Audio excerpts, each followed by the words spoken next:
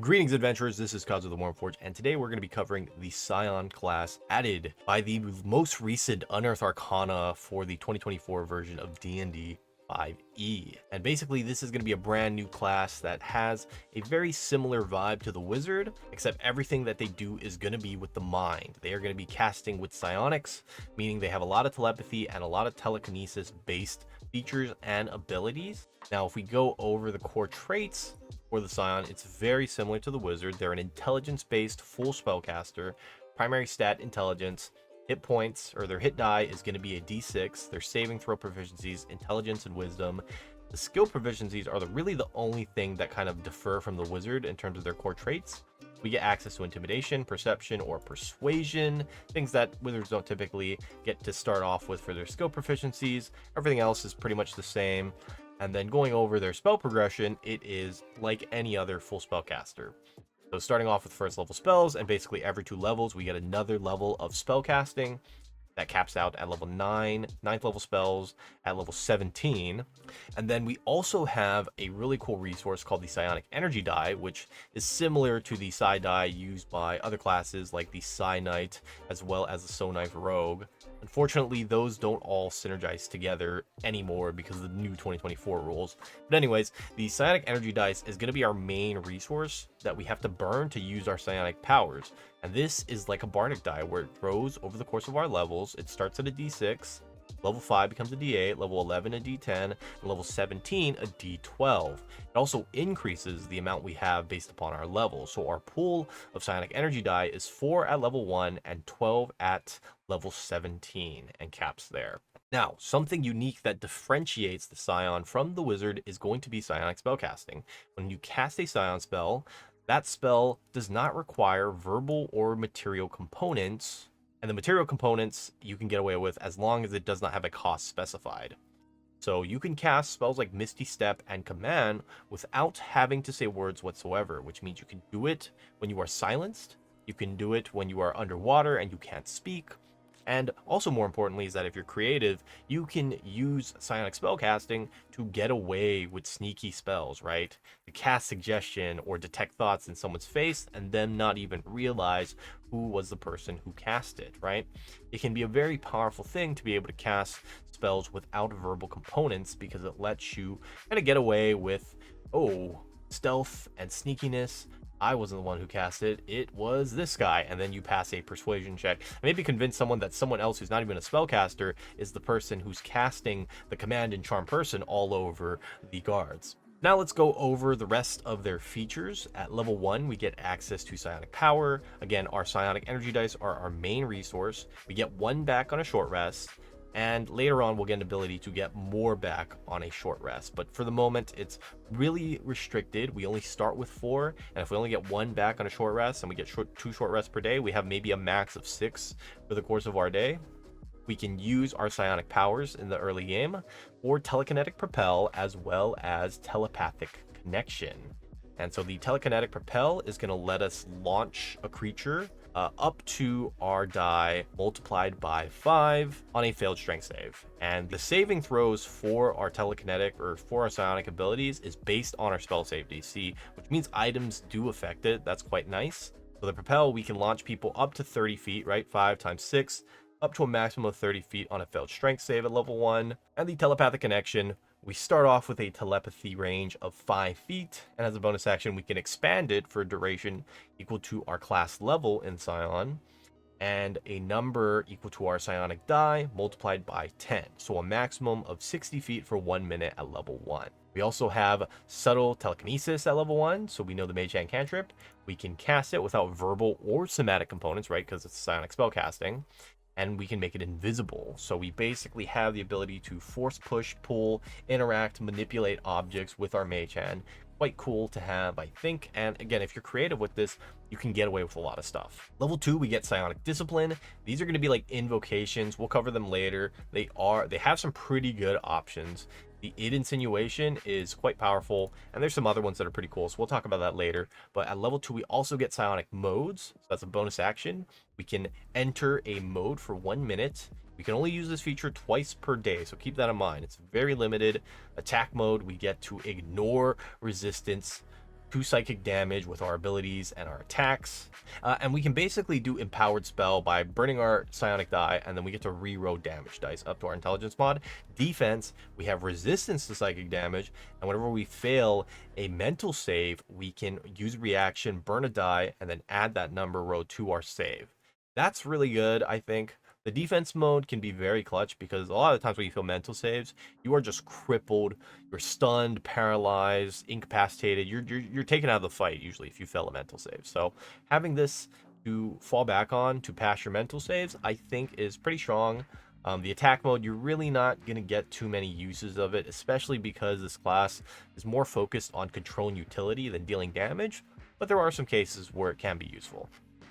Level 3, we get our subclass. There are 4 subclasses: the Metamorph, Psywarper, Psykinetic, and Telepath. All of them are pretty cool. I would say the Psywarper, Psykinetic, and the Telepath, they all feel a little too similar, but the Metamorph really stands out on its own as a super unique and interesting class. It's actually very similar to a wizard subclass I made called the Biomancer before. I'll put a link in the description if you're curious about that. But I think the Metamorph is definitely the coolest of these 4 subclasses, and we'll talk about a build for that in this video shortly.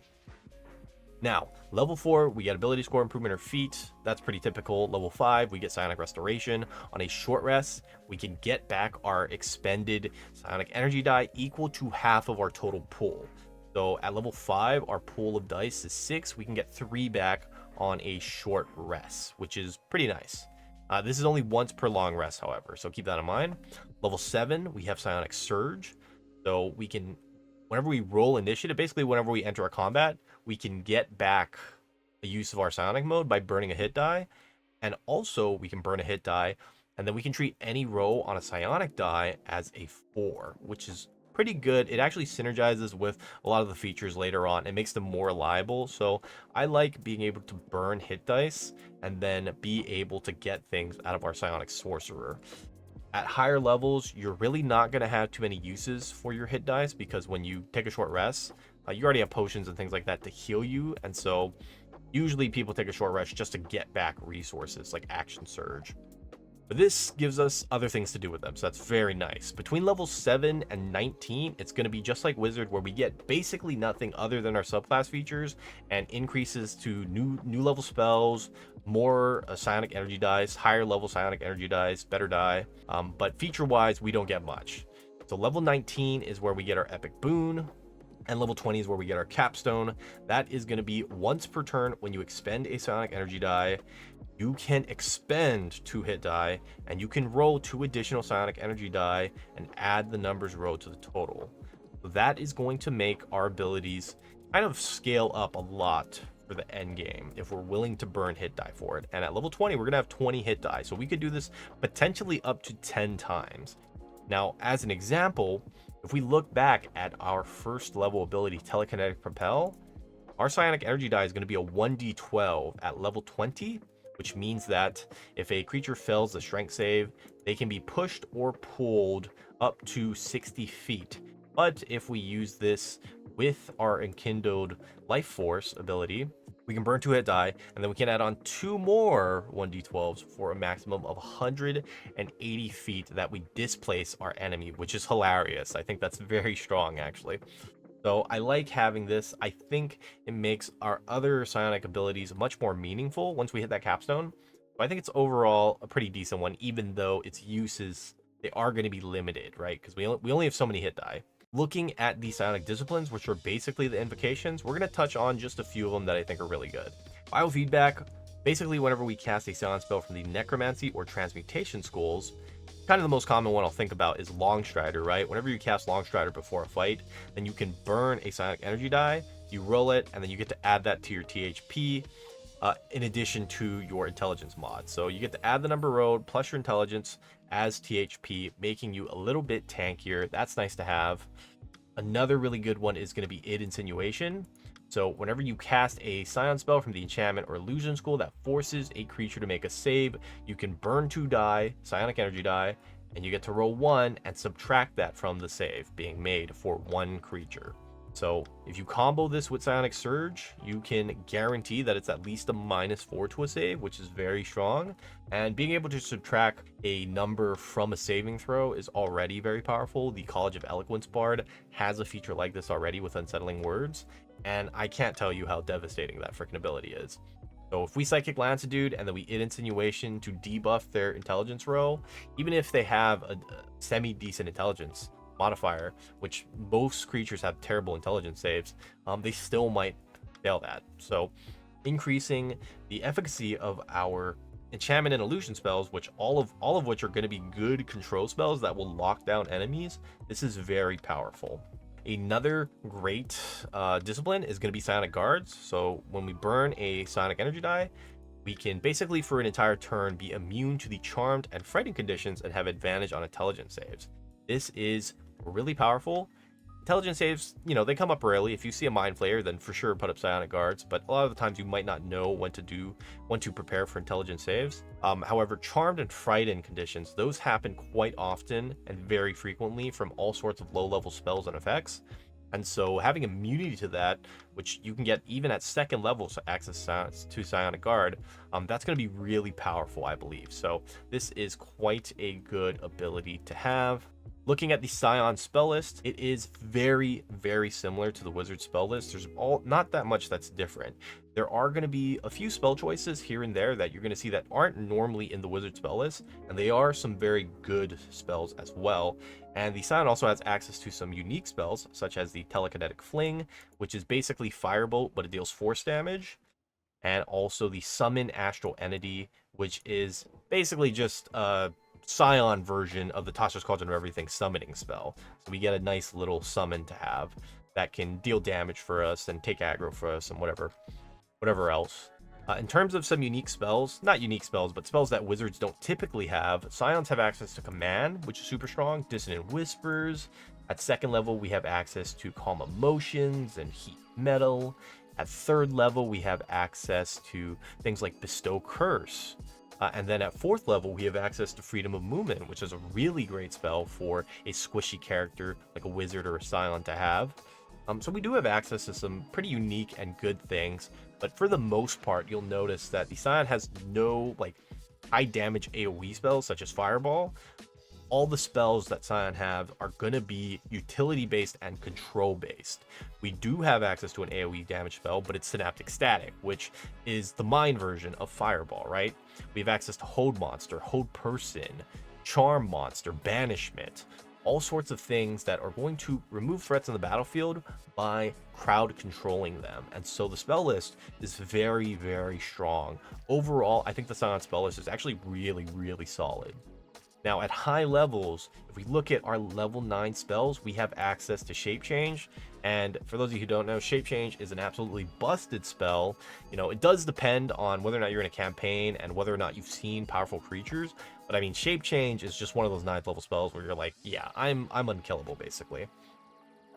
And so I think Scion is going to have a very solid spell list all around at all levels of play. You're going to be able to do great things.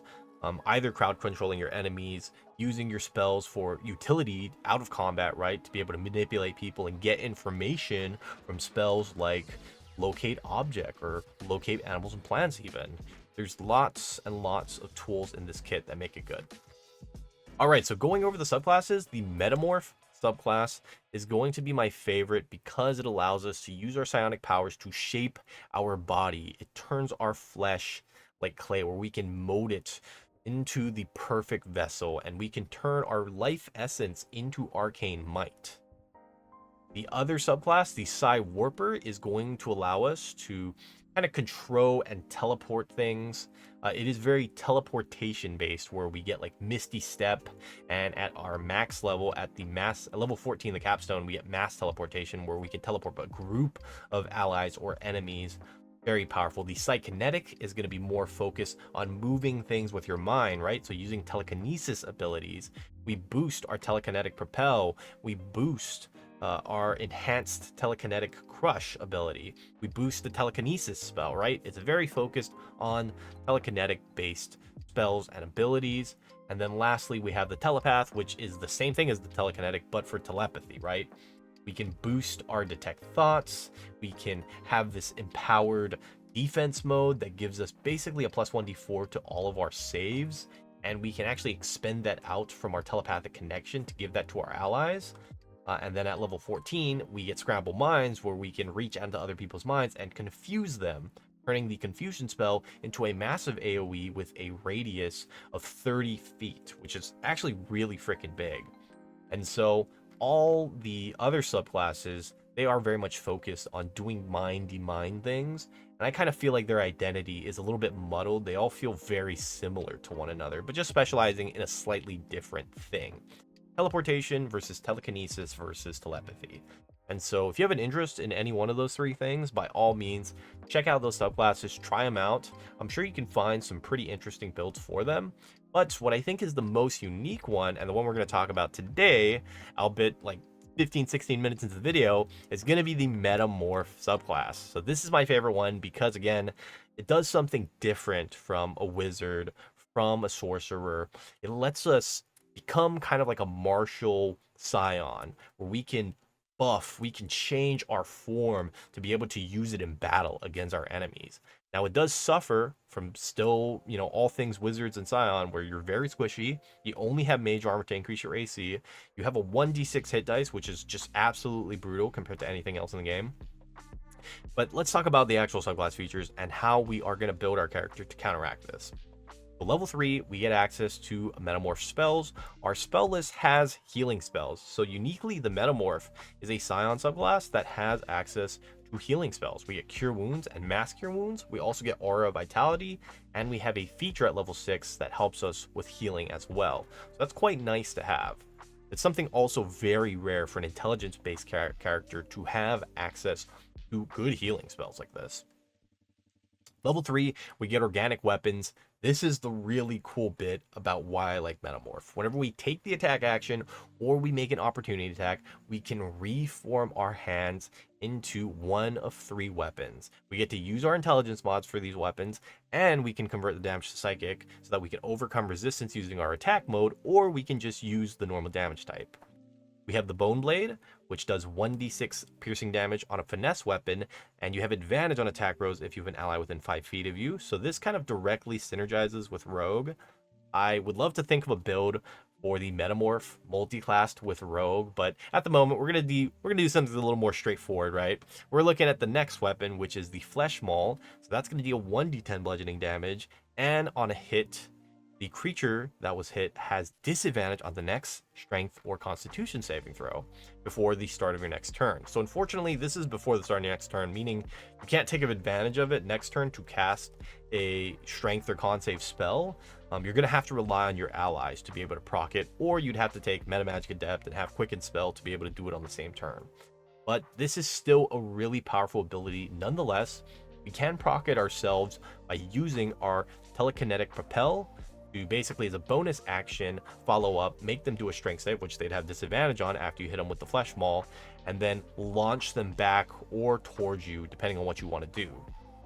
We can combine this with Booming Blade, so that basically we hit an enemy, and then we proc the Booming Blade on them, and then we telekinetic propel them back. Hopefully they fail the strength save because they have disadvantage on it, and then they're forced to move to get into melee of us again and take the damage from Booming Blade.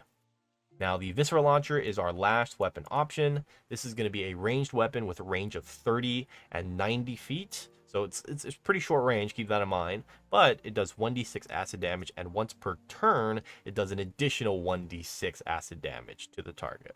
So it's basically 2d6 plus your intelligence mod acid damage at level 3, which is the strongest ranged weapon, which is kind of cool. So nothing too crazy about that, but you can tell Metamorph, it very much synergizes with those offensive cantrips. So things like True Strike and Booming Blade are going to go really well with the Metamorph's organic weapons feature.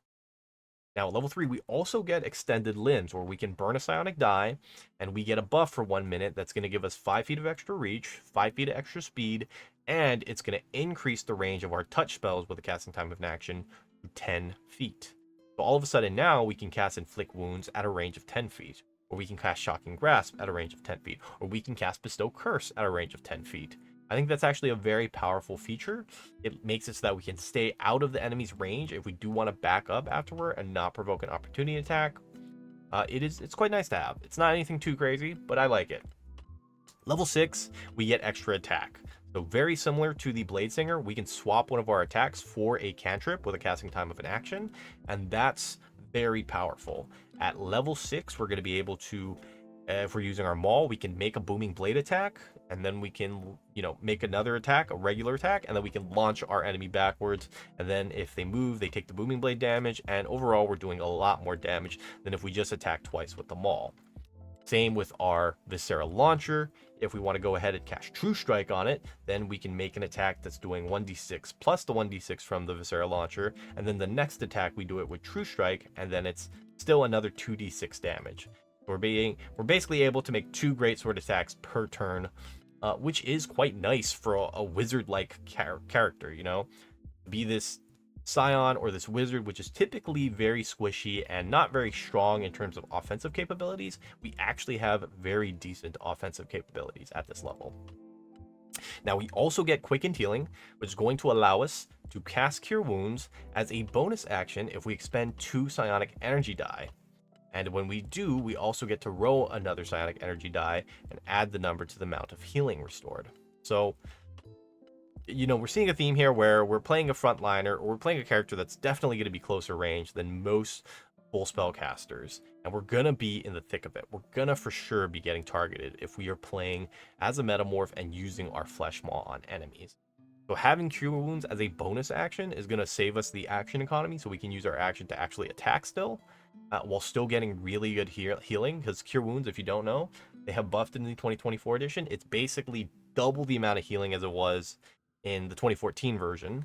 And so if you burn like a 3rd level spell slot, you are getting 6d8 plus your intelligence mod worth of healing, plus the psionic energy die if you burn the 2 energy die and then cast it as a bonus action. So not bad at all. It's not busted or anything too crazy, but it certainly helps us sustain so that we can stay in the front line. Now, at level 10, we get access to Mutable Form. When you extend limbs, when we basically use the buff from level 3, we're going to get additional benefits, of which we can pick one of these 3 choices. Stony Epidermis gives us advantage on Constitution saving throws to maintain concentration, and resistance to one of many damage types of our choice. All physical damage and chromatic damage choices are our options. But again, we only get one of those damage types. Superior Stride, we can dash as a bonus action, and we have a climb speed and swim speed equal to our speed. Not bad. Unnatural Flexibility plus 2 AC, and then we can kind of turn our body to become amorphous, where we can squeeze through anything as narrow as 1 inch. And we can escape from any grappled condition or non-magical restraints, which is actually quite good. So all of these abilities, very useful to have for our character, and we can combine this. Again, if we look at our Metamorph spells, we have access to Stone Skin at 4th level, so we can use that for resistance to all physical damage, and then we can use Stony Epidermis for resistance to a particular type of damage. Usually when we fight enemies such as dragons, right, they're going to have physical damage alongside some sort of type of chromatic damage. If we fight a red dragon, we can Stone Skin and we can Stony Epidermis for fire, and we're basically resistant to all the damage that we're going to expect to see in the fight. So Mutable Form actually really helps us out in terms of making our character more tanky, so we can sustain in the front lines or in a relatively closer range than we normally would be. Now, level 14, we get access to life-bending weapons. Once per turn, when you hit a creature with your organic weapon, you can expend 1 psionic energy die and roll it. Each creature of your choice in a 10-foot emanation originating from you gains hit points equal to the number rolled plus your intelligence mod, and then you deal that number rolled as necrotic damage to 1 creature. So this isn't too crazy, but it's a once per turn ability where you can heal your allies and you can deal damage to an enemy. So when this is going to be really good is when the rest of your party is really tightly close knit with you and you can get a ton of healing out, and then also a little bit extra damage certainly doesn't hurt. But again, this capstone's not too crazy. You do have to burn energy die for it, so again, that doesn't make it that good anymore, but I still like it. And once you get your capstone, that's when this can get a lot stronger, right? Because we can triple our die. We can roll 3d12 and heal that much to our allies and deal that much to an enemy. That's when it becomes pretty decent. Now, overall, the Metamorph, I think, has a very unique identity as this sort of martial Scion class. And the clear downside is that early on, you are going to be very squishy. Very, very, very squishy. Who cares about maintaining concentration if you can't even stay alive to maintain the concentration on the spell, right? But we're going to fix that. All right, so let's talk about the actual build we have for the Metamorph. If you made it this far into the video, thank you so much. I really appreciate your support. And I have a very exciting little combination of background and feat that's going to make our Metamorph so much more fun to play in the early game. So of course, because AC is our main weakness, we only have access to mage armor. We're going to be playing a turtle. We are going to be a teenage mutant ninja turtle with an emphasis on the mutant aspect, as we are going to be a metamorph turtle. That is going to give us the natural armor feature, which gives us an AC, a base AC of 17. We cannot wear armor, but that does not matter because we are a Scion. We don't have access to armor to begin with. And so we don't have to worry about our dex score. Our AC is going to be a standing 17, which is very solid to have at level 1. And then for our background, we are going to pick Sage. Now, Sage is going to give us access to skill proficiencies like Arcana and History, which are great for our character. We're going to get the Calligrapher supplies, tool proficiency, and then we get the Wizard Magic Initiate. And of course, we're going to be taking the Shield spell because for some reason this class does not get the Shield spell by default. Only one of the subclasses get the Shield spell, which I think is very sad and unfortunate since Wizard gets Shield and Mage armor. But that doesn't matter. We get Shield through our Magic Initiate origin feat. We can also take Booming Blade and Shocking Grasp or Mind Sliver. I actually think Mind Sliver is going to be better. We'll talk about that later. Once we get level 6, Mind Sliver is really strong. But yeah, we're going to have access to the shield spell, which means our AC of 17 gets bumped up to a 22 if we use our reaction. That is going to make us very much able to tank in the front line, even at an early level. And so with Sage, we are able to bump our con by 1 and our intelligence by 2. If we take a look at our ability score layout, we are going to have 8 strength and 8 charisma. We're dumping those. 14 dexterity, so we have slightly better initiative rows. And then we're going to have 15 con and 15 intelligence, as well as 10 wisdom. So we're maxing out con and intelligence. You can see here, we're actually level 10. We're supposed to be level 10 on this character. So we are going to be having 15, and then plus 1 from our background is going to give us 16 con, as well as 17 intelligence starting off. All right, so bear with me that this is a notepad document, but we're going to go over the quick notes for the build. So again, the race, we're turtle, we have 17 AC, we have a speed of 30. Some people think it's 20 for turtles, like they're slow or something, but they actually have a speed of 30, which is great. It is very helpful. This is the race from the Mordenkainen's Monsters of the Multiverse. And then, let me actually add that. And then from the background, we're getting Magic Initiate, Booming Blade, Mind Sliver, and Shield. Plus 1 to con, plus 2 intelligence. This is our ability score layout. And then at level 1, we get access to 2 cantrips. So we're taking True Strike and Blade Ward. Blade Ward, if we concentrate on that, is going to further our tankiness. So we'd have 17 AC, plus 5 for shield, and then a minus 1d4 if we have Blade Ward, making us actually able to kind of stay in the front lines. If we get crit, then we're going to be hurting bad, but other than that, we should be fine. Now, for the first 4 first-level spells, I recommend Command, Dissonant Whispers, Longstrider, and Detect Magic. These are all going to be high-value first-level spells to have. We get our Psionic Powers, we get Subtle Telekinesis, and then at level 2, we get access to our Psionic Discipline, which is going to be the Biofeedback and the Inerrant Aim Disciplines. Biofeedback is going to give us THP whenever we cast a Transmutation or a Necromancy spell if we burn the Psionic die for it.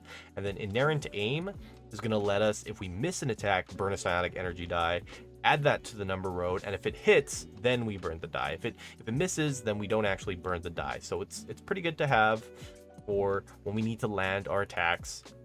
We also get access to our attack and defense mode, and then we get another first level spell. I recommend taking Sleep. At 3rd level, we are going to finally get access to the Metamorph subclass. We get access to these spells from just the class lists or the subclass lists. We get the organic weapons, the extend limbs, and the 2nd level spell, which we're going to take, is Hold Person. And now here's the combo, right?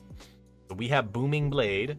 We Booming Blade with our Flesh Maul, and then we send them flying back because now they have disadvantage on strength save. So we're going to telekinetic propel them to send them flying back away from us. We're going to kite back, so we're going to actually move back 30 feet, right? We're going to go up to them, hit them, send them flying back, then move back our extra movement. We've put a big gap now between ourselves and the enemy. Hopefully they can't even cover that without having to dash, but even if they can, they're still going to have to move and take the Booming Blade damage, which means we have a pretty efficient way of proccing our Booming Blade. Now, telekinetic propel does require a psionic energy die, and at this level we only have 4, so it's not a whole lot, but again, it's a pretty awesome combo. Now, at level 4, we're going to get access to an ability score improvement, and we're going to take it. We're going to go int +1 and con +1, putting our intelligence at 18. Now, our con is going to be an odd score, and that's because at level 8, I really recommend going for resilient and then taking constitution or getting the +2 intelligence. But either way, trust me, you want to have resiliency, you want to have proficiency in con saves. That's going to be huge. But level 5, we're going to have access to the subclass spells Aura Vitality and Haste, which are good spells to have. Aura Vitality is healing. Haste is going to be great for one of the actual marshals, but we could give it to ourselves because we are playing as a martial type character. Just keep in mind your con saves aren't great at this level. Now also we get access to 2/3 level spells. I recommend Bestow Curse because that's a touch spell. We can increase the range on that with Extend Limbs to 10 feet. Also a really good one is probably Hypnotic Pattern. At level 6 we get access to extra attack, so we can make another attack now, and that attack can be a cantrip. We can make one regular attack and then cast a cantrip, or vice versa. We have the options now of Booming Blade to use on a Flesh Maul attack, followed by another Flesh Maul attack, True Strike with a Viscera Launcher attack, followed by another Viscera Launcher attack, or Mind Sliver with a Flesh Maul attack. Now, the particular thing about the Mind Sliver and Flesh Maul combo is that you're going to super debuff your enemy. So you're going to give them a -1d4 to their next save for Mind Sliver if they fail the intelligence save for it. And then we're going to give them disadvantage on strength and con saves with our Flesh Maul. So if you have someone else in the party who can combo with this ability, who can provoke a strength or constitution saving throw, either they have the Topple Mastery, or you got a monk with Stunning Strike, or you have another spellcaster that wants to cast a spell like Rave Enfeeblement or Bestow Curse, then this is absolutely huge. -1d4 and disadvantage on the saving throw, whew, that's going to be rough for them to pass. This will be great for burning through legendary resistances. This will be great for applying some powerful control effects. So yeah, I think this combination is really useful, and it actually makes you both a damage dealer and also a kind of utility and supporter at the same time. Now, level 7, we get Psionic Surge. So that's going to be more Psionic die on a short rest. Subclass spells, we get Polymorph and Stone Skin, both of which are great. And since we can get a 4th level spell, we're going to take Freedom of Movement. So all these spells, really, really, really good to have. It's starting to fold together where we're playing a martial character that has the progression of a full spellcaster, but we're also not super squishy now at this point. We have access to Stone Skin, which means we have resistance to physical damage, so our health is effectively doubled. And we also have things like our Discipline Biofeedback to give us THP, and we also have healing spells as well to tank, right? So even though our hit point maximum pool is not high, we have many ways to buffer it, to inflate it, so that we're able to tank in the front line. And because we're a Turtle with Shield, our AC is not too shabby either. So I think at this point, the build is pretty goddamn strong. We can go into level 8 where we're going to get Resilient Con, and then we can go into level 9 where we're going to get access to 5th level spells, and then finally level 10 where we get Mutable Form, and then we can get a further +2 to AC, or we can get the resistance to a damage type and advantage on all concentration checks, right? So either way, we're going to become much tankier, much more consistent as a full spellcaster that has extra attack. Like, it's starting to get a little crazy here. We get another Psychic Discipline. I recommend Psionic Guards, but Insinuation's not bad either. We get 5th level spells, more 5th level spells, right? So we're just taking control spells at this point. All right, so going over a recap for the build, because again, at level 10, I think that's a good place to cut this off at. If we go any further than this, chances are by the time you get there, the Unearthed Arcana won't be relevant, and hopefully this class will actually be officially released in a supplement. I'm really hoping they actually publish another class similar to the Artificer. Anyways, the recap is going to be, we are at AC 19, 24 with the shield. If we get Brace of Defense, then we're at 21 and 26 respectively. Very respectable, I would say. Now, we have HP of 90, which is a little bit low for level 10, but we do have the THP, we have the resistances, we have ways to pad our health so that it's not the only stat we need to tank. We have our Psionic Energy Die as a D8, and we have 8 of those as our max pool. And then this is our stat spread, 18 con, 18 intelligence. Again, at level 8, you could take the +2 intelligence to max out intelligence, but then you're going to need to take resilient at level 12, which is a little bit later. So it's really up to you. I think maining concentration on concentration spells is so fundamentally important that having the 18 con is very much worth it at level 8, but that's a choice that's up to you. For our saves, if we have the resilient con, we have a +8 to con saves and a +8 to intelligence saves. These are absolutely solid.